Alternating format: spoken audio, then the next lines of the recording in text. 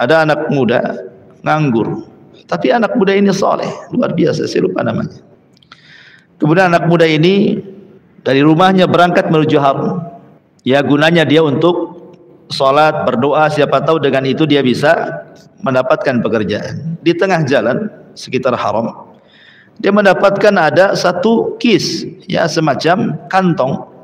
Rupanya isinya perhiasan yang sangat mahal sekali. Kemudian terjadilah ghazwul fikri, pusing anak muda ini. Wah, udah nggak ada duit, pengangguran, mungkin bahasa kitanya nemu dompet pula gitu ya. Hati kecil hawa nafsunya ingin memilikinya, tetapi kemudian dia bantah lagi, ini kan bukan punya saya nggak berhak mengambilnya. Kalau antum nggak ada cerita-cerita itu, langsung dijual, ambil duitnya. Akhirnya anak muda ini kemudian datang ke tempat ketinggian yang ramai orang, kemudian mengumumkan siapa yang punya kis ini, siapa yang punya kehilangan kis ini. Tapi anak muda ini tidak menunjukkan dan memberitahu isinya, hanya siapa yang punya kis ini maka datangi aku, alamatnya rumah ini, rumah ini, rumah ini. Tidak ada yang mengaku. Rupanya selang beberapa saat berdirilah kakek tua naik pula ke atas batu itu dan mengatakan, siapa yang menemukan barangku tolong kembalikan, aku akan berikan upah sekian dan sekian. Rupanya ada yang tahu dan mengatakan, wahai kakek, tadi baru saja anak muda pun mengumumkan barang yang sama yang kau ceritakan itu. Dia menunjukkan alamatnya di sini dan di sini. Akhirnya dicarilah oleh kakek itu, anak muda itu ketemu pula. Tapi anak muda ini cerdas kan, bisa saja kakek itu ngaku-ngaku saja. Makanya anak muda ini memerinci, ya, warna kantongnya apa, besarnya seperti apa, isinya apa, kan gitu. Kan begitu kalau antum nemu dompet kan nggak langsung dikasih. Pasti antum tanya dulu, bukan kita tidak yakin dia pemiliknya, bisa saja penipu.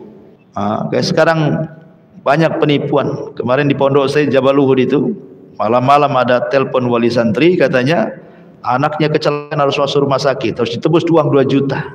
Ini orang tuanya saking panik, harusnya kan dia konfirmasi ke pesantren dulu kan.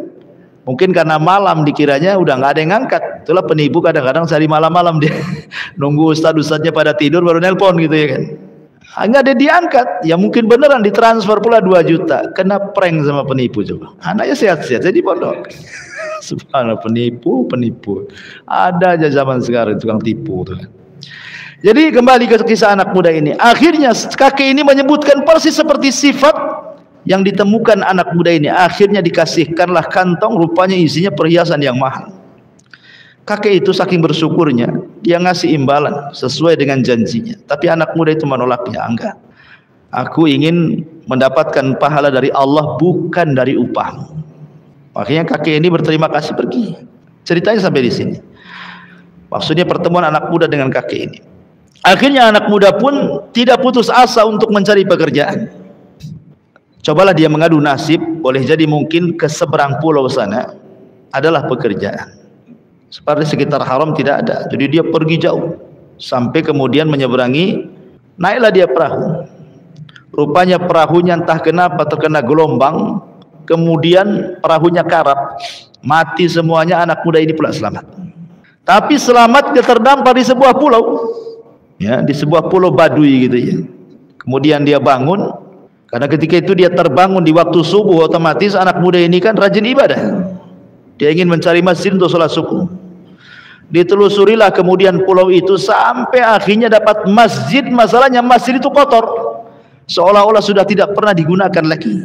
Maka anak muda itu membersihkannya. Kemudian tiba-tiba dia azan di masjid itu, seolah-olah satu kampung baru ada sejarah ada orang azan di masjid itu. Datang semua orang kampung itu. Kemudian sebagian mereka ikut sholat dan mereka mendengarkan suara yang indah dari anak muda itu. Maka berterima kasihlah orang kampung itu, karena semuanya orang awam, mereka jahil agama. Ketika ada orang alim berterima kasih, kemudian ditanya, kamu hendak kemana? Dia mengatakan hendak mencari pekerjaan. Oh, kata orang kampung, sudah, kau jadi muadzin, kau jadi imam, kau ajari anak-anak kami ngaji, mau gaji berapa kami bayar. Alhamdulillah dapat pekerjaan ya. Lamalah anak muda ini bekerja sebagai imam, muadzin, ngajari anak-anak baca Quran. Kemudian gajinya ditabung sehingga sudah banyak. Tentu dalam perantauan pasti ingin pulang. Tetapi kan orang-orang sekitar berpikir, ini anak muda ini kalau balik belum tentu dia balik, dan belum tentu juga ada penggantinya.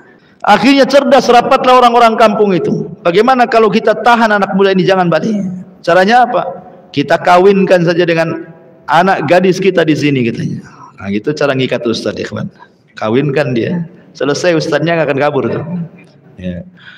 Akhirnya kemudian sepakat dipanggil anak muda ini, ditawarkan gadis yang paling kaya di desa itu, gadis yang paling cantik di desa itu, gadis yang paling solehah di desa itu.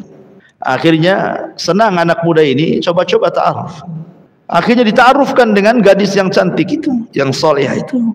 Ketika kemudian nazar, anak muda ini tidak pernah melihat wajah gadis itu. Yang dilihat dadanya. Kenapa? Kepada kalung, gandul kalung yang dipakainya itu. Dia teringat dengan kisah dulu dia mendapatkan kresek gitu, yang isinya itu kayak bandulnya kalung yang dipakai gadis itu. Maka orang-orang marah dan mengatakan, ya fulan, kasarta qalbah, kau sudah menghancurkan hatinya. Kenapa kau tidak tatap wajahnya? Ini kan nazar kan nampak wajahnya kan. Suka nggak suka kan harus jelas gitu kan. Kok ditatap dadanya pula kan. Kata anak muda ini, bukan aku tidak suka dengan gadis ini, wallahi aku suka. Cuman aku teringat dengan gandul kalung itu katanya. Sebelum aku datang ke sini aku menemukan kantong, rupanya gandulnya persis seperti yang aku temukan. Tiba-tiba ada seorang kakek mengaku, kemudian hendak memberikan upah dan begitu seterusnya. Ketika kemudian orang-orang di sekitarnya mendengar cerita anak muda, semua bertakbir, Allahu Akbar, semuanya bertakbir yang ada di situ. Heran anak muda ini, kenapa bisa bertakbir katanya. Kemudian orang-orang mengatakan, ya fulan, kisahmu persis seperti kisah bapaknya gadis ini katanya. Rupanya si kakek itu bapaknya gadis ini kan itu ya.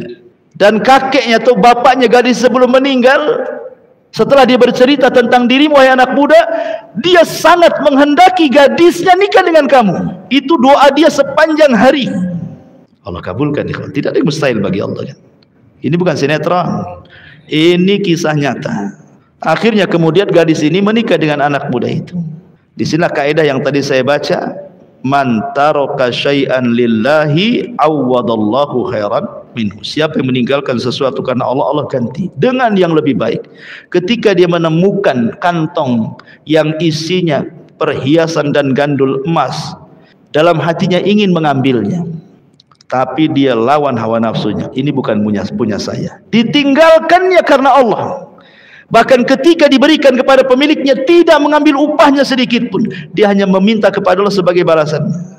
Akhirnya Allah ganti dengan yang lebih baik. Bukan hanya mendapatkan perhiasan yang pernah ditemukannya, sak pemakainya dia dapat. Sak gadis-gadisnya dia dapat. Akhirnya kemudian setelah menikah punya anak dia.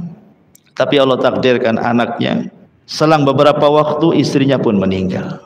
Akhirnya kemudian semua warisnya termasuk perhiasan yang ditemukannya menjadi warisan dia. Dia tidak tahan dengan kesedihan di tempat itu, maka dia izin ke orang kampung untuk pulang. Pulanglah dia ke Haram. Warisan yang didapat dari perhiasan itu dia jual. Kemudian dia gunakan modal. Rupanya Allah bentangkan rizkinya sehingga dia menjadi orang kaya di tempat itu. Dan dia bersedekah setiap hari. Man taraka syai'an lillahi awadallahu khairan